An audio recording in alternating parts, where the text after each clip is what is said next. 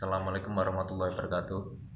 Sebelumnya, perkenalkan nama saya Ali Muhammad Aditya dari manajemen 1C dengan NIM 2020 111 45.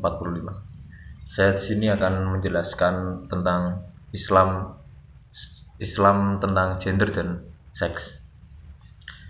Perbedaan seks dan gender. Seks menurut saya adalah perbedaan biologis antara laki-laki dan perempuan, ya bisa dibilang dengan alat kelamin. Kemudian gender adalah perbedaan laki-laki dan perempuan yang dibedakan atas dasar peran, tanggung jawab, dan perilaku. Sebenarnya gender adalah hal yang dibangun oleh atau dikonstruksi adalah suatu masyarakat tersebut, atau yang bisa dibilang dengan budaya di Indonesia itu kan banyak sekali. Jadi perbedaan gender antara laki-laki dan perempuan di suku Jawa atau yang lain-lain itu pasti berbeda. Mungkin ada garis besarnya, pasti ada. Oke. Kemudian saya akan menjelaskan tentang perbedaan konsep gender dan seks. Di sini kita akan membedakan antara gender dan seks. Ciri-cirinya. Seks ciri-cirinya kalau perempuan itu yaitu terdapat pada vagina, payudara, dan bisa melahirkan manusia lah. Ya oke, seperti itulah. Ya sorry, ini mungkin bahasanya lebih ke agak liar sedikit. Kemudian kalau gender bagi perempuan itu dianggap sebagai sifat, lebih ke sifat atau perilaku. Yaitu contoh, perempuan itu lebih lemah lembut, kemudian yaitu emosional, penyayang. Oke. Itu ciri khas yang lebih muncul ke perempuan. Kemudian yang laki-laki itu ciri-cirinya kalau seks yaitu ada penis, jakun, dan testis yang biasanya buat memproduksi sperma. Kemudian gender bagi laki-laki itu lebih ke mengarah sifat atau perilaku seperti perempuan tadi, yaitu berani, kuat, kemudian rasional, perkasa, dan lain-lain.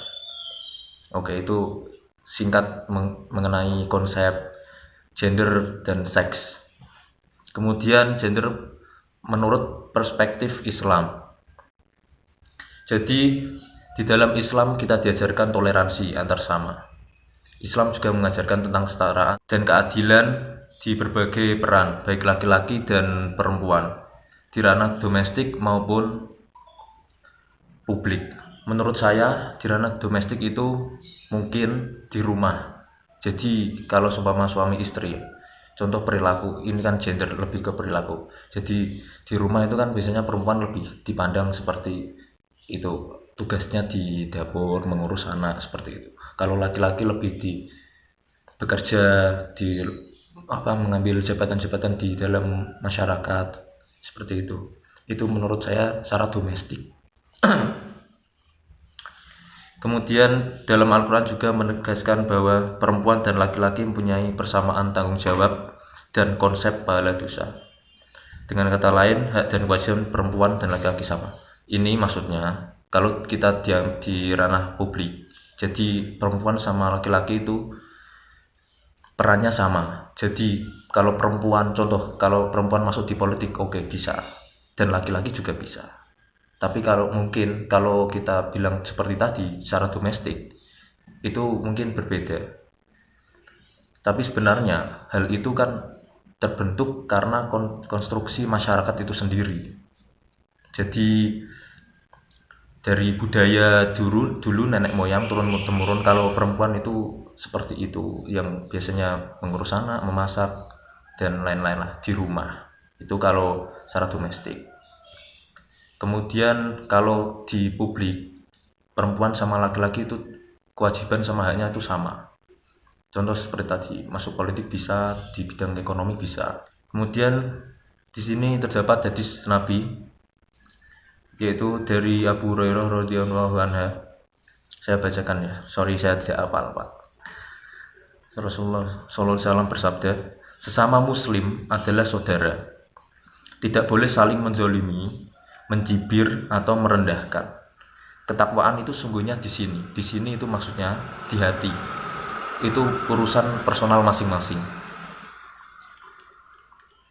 Kemudian teks hadis ini menunjukkan betapa Islam hadir untuk kebaikan dan kerahmatan bagi manusia.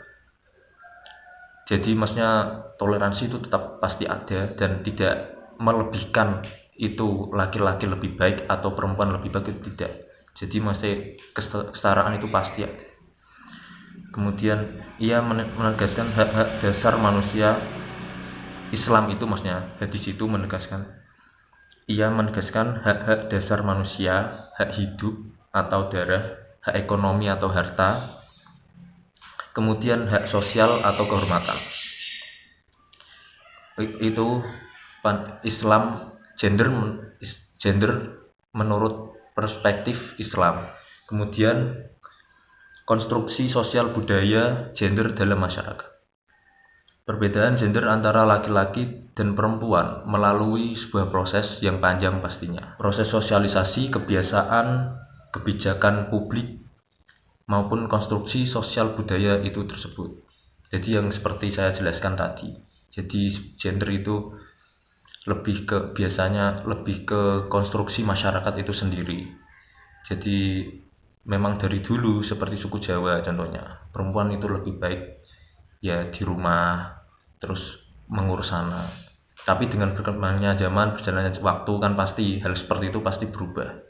Jadi perempuan mungkin zaman sekarang mungkin dari RA Kartini dulu yang perempuan tidak boleh belajar, terus dari sikapnya RA Kartini yang melawan mindset yang seperti itu, mungkin perempuan bisa belajar sekolah dan bisa berperan di publik seperti laki-laki, seperti itu.